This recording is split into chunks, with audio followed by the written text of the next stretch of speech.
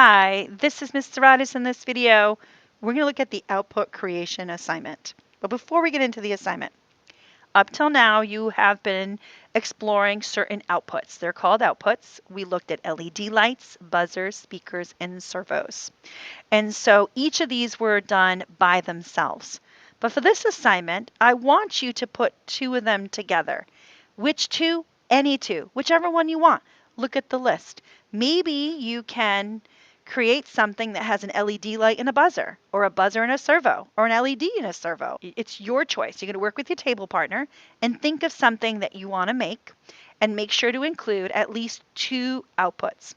Now, if you're a little bit lost, think of the inchworm that we just made a couple assignments ago. That had just the servo. What could you have added to the inchworm? Maybe you could have done some eyes and make the eyes LEDs, right? That's an example. But for this assignment, I don't want you doing the inchworm. I want you picking something new. Work with your table partner and figure out what you guys are going to make. Whatever you choose to make, it cannot be any more than 6 inches. This is a mini project. This is not a big project, so I don't expect you to spend days and days on this. So keep it simple. Just pick two of the outputs from the list above and keep your project no more than 6 inches, 6 inches square. And I think the challenging part is the coding and the wiring. How do you do all the wiring? So let's look at the coding really quickly. So for the coding, any music you already know, you're going to go to the music drawer. So this is just an example.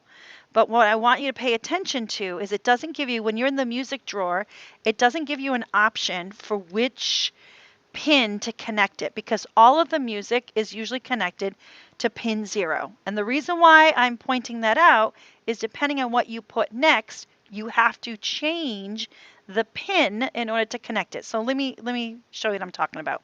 I went to advanced and I went to pins. If I'm going to do an LED light, this is the block that I need for the LED light. If I'm going to do a servo, this is the block that I'm going to do for a servo. But if you notice, they automatically default to pin 0, which is right here.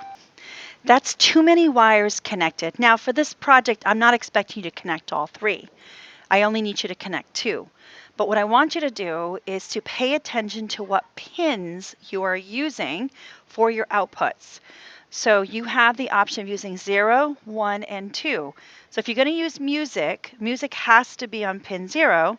Then I would change the light to pin 1 or to pin 2. If I had all 3, this is how I would do it. Now you notice from the drop down that there's other options. You cannot select those other options because in order to use it, we would need to have a breadboard extension, and we don't actually have that. So please just make sure that you're careful with your pins and be creative and have fun with it.